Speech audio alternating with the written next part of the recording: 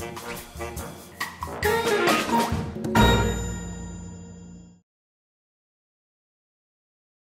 안녕하십니까. 네, 여러분들이 기다리시던 2부 순서를 진행할 건데요. 네, 여러분들에게 가죽에 대한 설명 먼저 할 수 있도록 할게요. 가죽은 이제 크게 우리가 이제 흔히 아는 천연 가죽, 인조 가죽 이렇게 크게 카테고리로 분류가 되고요. 이제 여러분들에게 인조 가죽과 그 베지터블 가죽의 구별법을 먼저 한번 보여드리겠습니다. 여기에 한번 보시면은 이렇게 안경 자국이 있죠. 이거는 저희가 임의로 이제 틀에 넣어서 가죽을 이제 물성형한 거예요. 그래서 이거는 베지터블 가죽, 그러니까 천연 가죽을 이제 베지터블 가죽으로 이제 설명하겠습니다. 저희는 이게 더 익숙하기 때문에. 자, 이제 베지터블 가죽으로 여러분들이 이런 작품들을 만들 수가 있고요. 인조 가죽으로는 절대 이런 작품들을 낼 수가 없습니다. 왜냐하면 이 물에 반응하는 것은 베지터블 가죽만 반응을 하는 거고요. 인조 가죽은 이런 형태가 절대 나오지 않아요. 또 이제 결정적인 이제 좀 차이는 좀 이제 잘 보이실지 모르겠지만 이제 이런 질감들을 텍스처라고 해요. 근데 이게 텍스처가 지금 이렇게 보시면 아시겠지만 일정하지가 않아요. 어느 부분은 좀 연하고 어느 부분은 진하고 또 이렇게 접었을 때 또 이렇게 색이 좀 바뀌기도 하고 이런 가죽들이 이제 천연 가죽이라고 보시면 되고요. 이제 인조 가죽은 그 결이 다 일정하고 아주 깔끔한 그런 이제 형태가 나오고요. 지금 이제 가죽을 이제 태워 볼 건데 천연 가죽은 불에 타지 않아요. 그을림은 조금 있을 수 있는데 자, 실제 한번 선생님 보여드리도록 하겠습니다. 지금 이제 계속 실제 불을 가죽에 지금 이렇게 붙이고 있는데요. 자, 지금 여러 번 지금 했으면 연기도 막 나죠. 하지만 가죽 색은 전혀 변하지 않아요. 천연 가죽은 이렇게 구별을 하셔야 되고요. 자, 이 크롬 가죽은 조금 다르긴 한데 사실 인조 가죽은 그냥 불을 대자마자 비닐처럼 타버려요. 그냥 비닐처럼 녹아버리고, 자, 크롬 가죽은 조금은 버티긴 하겠지만 여러분들은 그건 탈 거예요. 자, 한번 보여드리겠습니다. 이게 말려 올라가는 게 보이시죠? 자, 이렇게 화학 성분이 들어간 거는 이렇게 확연히 티가 나요. 지금 검게 그을리면서 타버렸죠. 그래서 타입을 여러 개 보여드릴 텐데, 자, 이것도 이제 천연 가죽이고요. 자, 이거는 이제 소의 배 부분이에요. 그래서 자, 이렇게 보시면은 좀 이렇게 질감 표현이 잘 될 텐데, 이제 이런 부분들을 보시면은 무늬가 일정하지 않으면서 이렇게 보시면 주름들이 있어요. 이게 힘줄이 지나간 자리가 있을 수도 있고, 또 이제 소가 싸우다가 다친 흔적이 이렇게 있습니다. 그래서 이런 가죽들을 이제 보시면서 여러분들이 만들 작품들을 이제 선정을 잘 하셔야 되겠고요. 자, 이 소가죽 중에서도 여러분들이 이거는 조금 약간 생소하게 보일 수 있는데, 이제 이런 가죽들을 크롬 가죽이라고 하는데, 이런 가죽들은 이제 반은 크롬, 반은 이제 천연 가죽이라고 우리가 인지를 하고 있어요. 그래서 왜 그러냐면, 자, 이렇게 특유의 질감을 넣기 위해서는 우리가 열 처리를 해야 되는데, 자, 이 열 처리를 하는 과정에서 이제 화학 성분을 쓸 수밖에 없거든요. 그래서 원래 사실 화학 성분을 안 써야 되는 게 환경적으로도 너무 중요하고, 이런 가죽을 어쩔 수 없이 우리가 생산하는 이유는 여러분들이 실제 시장에 내놨을 때 이제 명품에서 만드는 이제 그런 가죽 제품들은 스크래치나 아니면은 뭐 이렇게 결이 일정하지 않거나 아니면 울긋불긋한 그런 게 있으면은 사실 판매성이 없어요. 그래서 이렇게 텍스처가 일정한 것을 내기 위해서 어쩔 수 없이 인조 가죽을 쓰면은 이제 가치가 떨어지니까 천연 가죽을 가지고 이렇게 화학 성분을 쓰면서 크롬 가죽을 만들어냈지만, 자, 이런 것은 사실 여러분들이 제품을 만들어내기에는 너무나도 편하고 또 어떻게 보면 공정도 쉽고 좋지만 처음에 이제 가죽 공예를 하면서 추천하는 가죽은 아니고요. 자, 이렇게 지금 아까 보여드렸던 이 천연 가죽을 이용해서 여러분들이 작품을 창작해내는 것을 더 추천드리고 있습니다. 그리고 이제 여러분들이 실제 보시는 이런 뱀 가죽, 이 뱀도 구별법이 있는데요. 자, 여기 잘 보시면은, 자, 이렇게 날들이 하나하나 이렇게 올라와요. 자, 이렇게 진짜 뱀 가죽이고요. 우리가 가짜 뱀은 이렇게 날이 서지 않는 것들은 다 가짜 뱀이라고 보시면 돼요. 이런 뱀들은 우리가 양식으로 그런 필리핀이나 아니면 인도네시아 쪽에서 뱀고기를 이제 얻기 위해서 하는 과정 중에서 나오는 가죽들을 사용하는 것이 지금은 이제 대부분이라고 보시면 돼요. 이런 악어도, 자, 이게 꼬리 부분, 자, 이게 배 부분이고요. 여기가 등 부분인데, 자, 이런 악어도 우리가 뭐 임의로 가죽을 얻기 위해서 동물을 수렵하진 않고 그 양식으로 얻어진 그런 가죽만 사용하고 있습니다. 그럼 이제 가죽에 대한 설명은 뭐 이 정도면은 여러분들이 충분히 네, 어느 정도 구별하셨을 거라고 생각하고요. 네, 다음으로 여러분들이 실무에서 사용할 수 있는 도구들에 대해서 네, 이제 설명드리고자 하는데요. 일단 제일 먼저 여러분들이 제일 많이 쓰게 되는 도구 위주부터 먼저 한번 설명드리겠습니다. 자, 먼저 이렇게 보시면은 딱 봐도 이게 뭔지는 아실 거예요. 네, 가죽칼인데, 자, 우리가 이 가죽칼을 제일 많이 사용하시게 될 거예요. 생각보다 이렇게 그냥 커터칼이나 아니면 우리가 흔히 쓰는 칼로는 좀 재단이 사실 좀 어려워요. 세밀하게 재단하기 어렵고 가죽 두께가 워낙 있다 보니까 이제 이런 날카로운 이제 가죽칼이 필요한데, 자, 대부분 이제 가죽칼을 파지하는 게 사실 중요해서 제가 한번 설명드릴 건데요. 자, 이렇게 칼날과 나무를, 자, 여기 보면은 이렇게 보통 쇠가 이렇게 많이 박혀 있거든요. 이 쇠에다 엄지를 파지하는 것을 가장 추천드려요. 힘을 많이 받게 되고, 또 가죽을 자를 때 이렇게 누를 수도 있어요. 여러분들이 이 한 손으로만 하면은 좀 누를 때 엄지도 많이 아프고 하는데, 자, 이렇게 하시게 되면은 가죽을 재단하면서 힘이 좀 부족할 때는 양손을 이용해서 하실 수 있다는 거 하나 알아두시면 좋고요. 자, 그 다음으로 많이 여러분들이 사용하실 도구는, 자, 여기 보시면은 이렇게 포크 같이 생겼죠. 네, 이 장비는 여러분들이 영어로는 그리프라고 하고요. 자, 우리 한글로는 사실 아닌데 이제 목타라고 하거든요. 자, 이 목타를 이용해서 여러분들이 바느질이 들어갈 부분에 이렇게 망치질을 해서, 자, 이 구멍을 이제 임의로 뚫어 주시는 건데, 제가 선생님 한번 시연을 해 보겠습니다. 네. 자, 이렇게 한 번에 2번 정도 쳐서 네, 쫙 이렇게 구멍이 나는 것을 추천드리고요. 자, 이렇게 보시면은 지금 이렇게 그 포크 자국이 나 있죠. 네, 이렇게 해서 우리가 구멍을 내고 네, 여기다 바느질을 우리가 시연을 해보면 이제 작품이 만들어지는 거예요.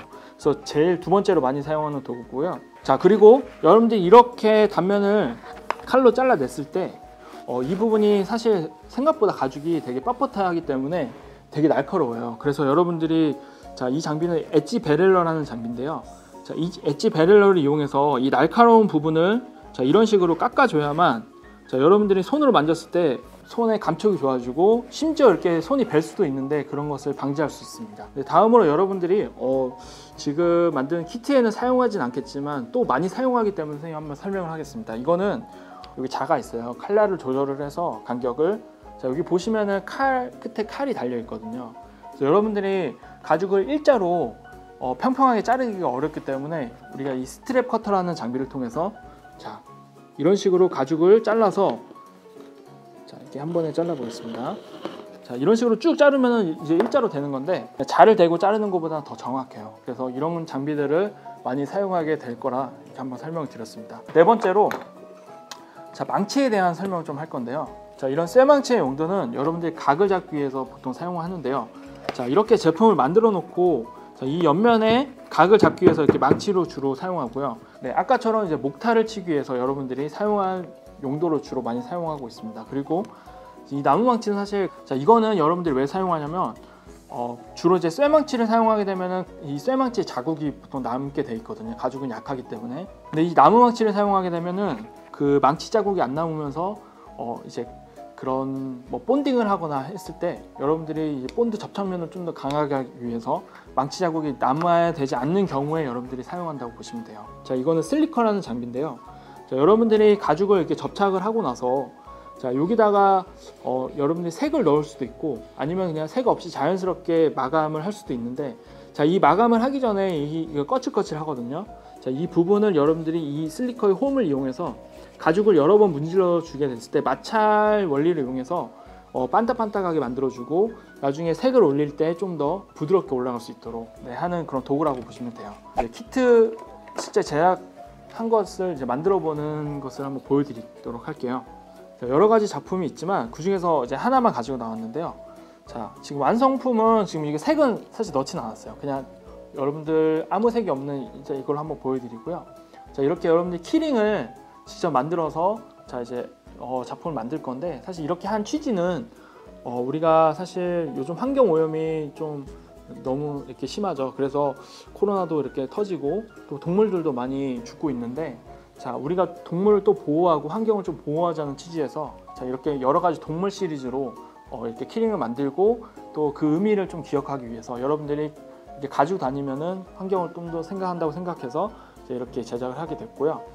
자, 여러분들이 이렇게 키링을 가죽의 물성을 이용해서 한번 만들어 볼 거예요. 그래서 자, 이거는 실제 처음에 재단을 했을 때의 모습이고요.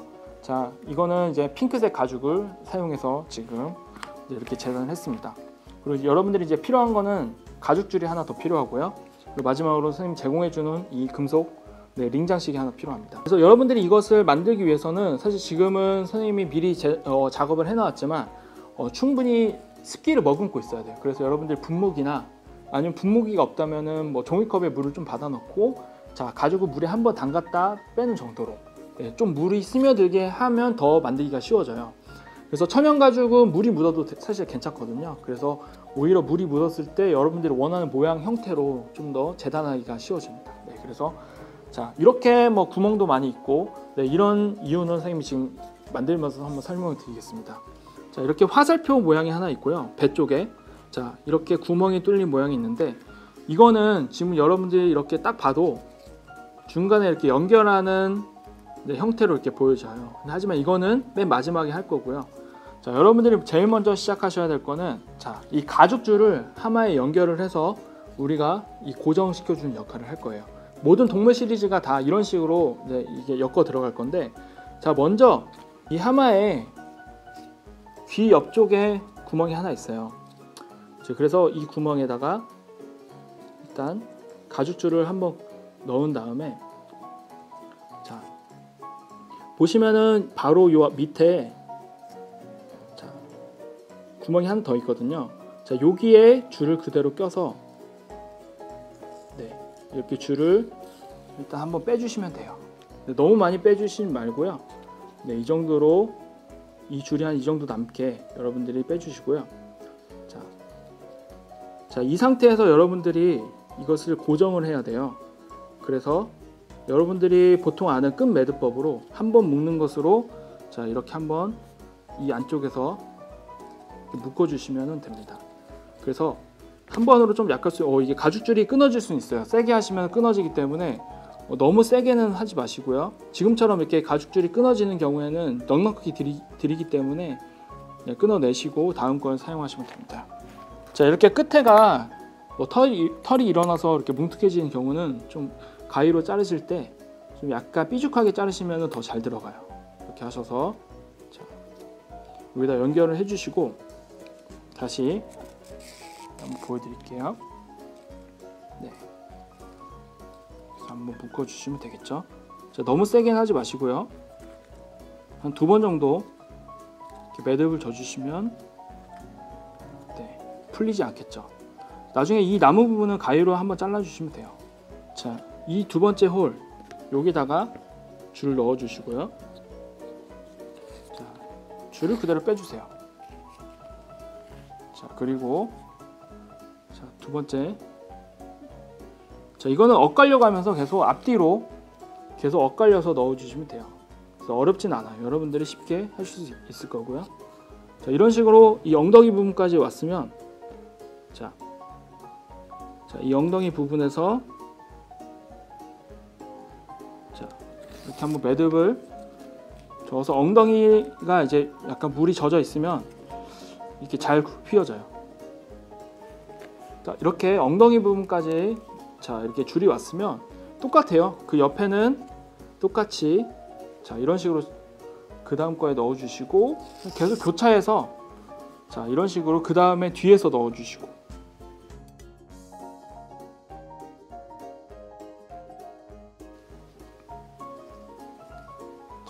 이런 식으로 가죽줄을 이용해서 자, 사실 이게 바느질로 해야 될 부분이 맞지만 자, 여러분들이 이 가죽의 물성을 이용해서 해보는 거기 때문에 자, 이런 식으로